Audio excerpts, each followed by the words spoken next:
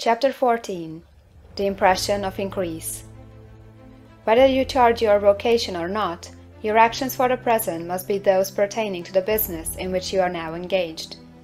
You can get into the business you want by making constructive use of the business you are already established in, by doing your daily work in a certain way.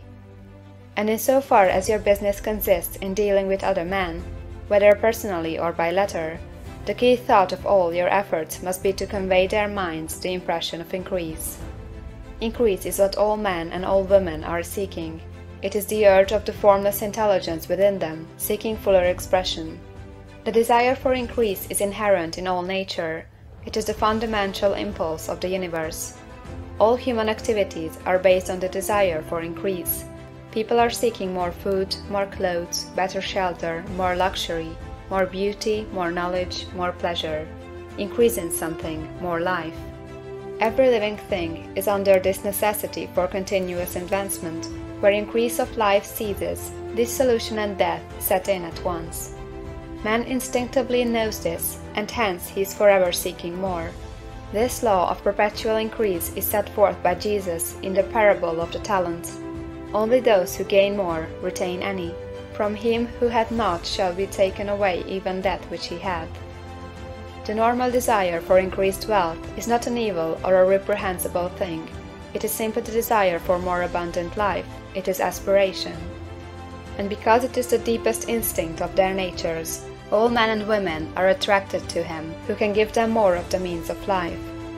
In following the certain way as described in the foregoing pages, you are getting continuous increase for yourself, and you are giving it to all with whom you deal.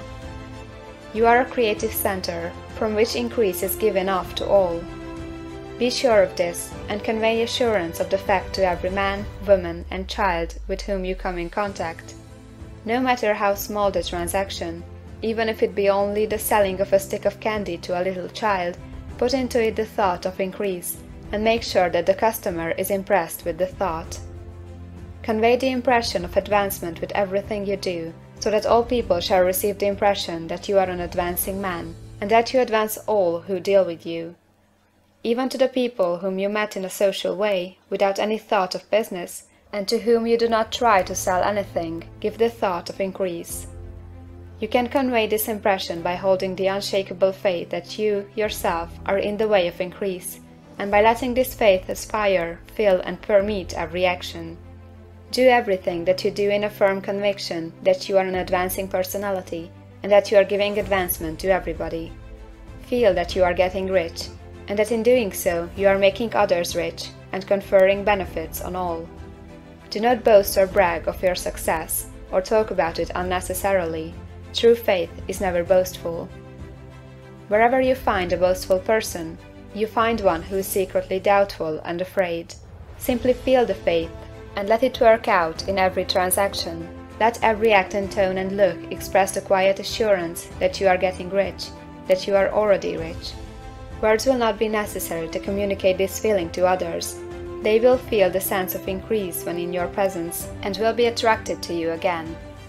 You must so impress others that they will feel that in associating with you, they will get increase for themselves. See that you give them a use of value greater than the cash value you are taking from them. Take an honest pride in doing this, and let everybody know it, and you will have no lack of customers. People will go where they are given increase, and the Supreme, which desires increase in all and which knows all, will move toward you men and women who have never heard of you. Your business will increase rapidly, and you will be surprised at the unexpected benefits which will come to you. You will be able from day to day to make larger combinations, secure greater advantages, and to go on into a more congenial vocation if you desire to do so. But in doing all this, you must never lose sight of your vision of what you want, or your faith and purpose to get what you want. Let me here give you another word of caution in regard to motives. Beware of the insidious temptation to seek for power over other men.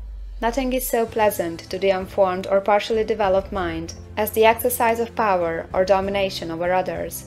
The desire to rule for selfish gratification has been the curse of the world.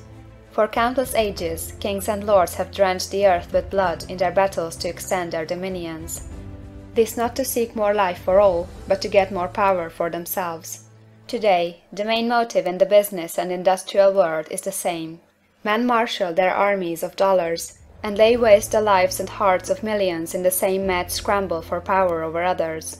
Commercial kings, like political kings, are inspired by the lust for power. Jesus saw in this desire for mastery the moving impulse of that evil world he sought to overthrow. Read the 23rd chapter of Matthew, and see how he pictures the lust of the Pharisees to be called master, to sit in the high places, to domineer over others, and to lay burdens on the backs of the less fortunate. And note how he compares this lust for domination with the brotherly seeking for the common good to which he calls his disciples. Look out for the temptation to seek for authority, to become a master, to be considered as one who is above the common herd, to impress others by lavish display, and so on.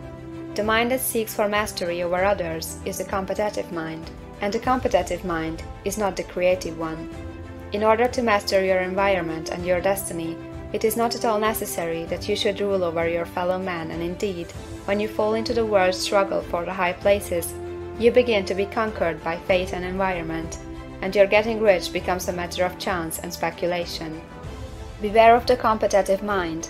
No better statement of the principle of creative action can be formulated than the favorite declaration of the late Golden Rule Jones of Toledo. What I want for myself,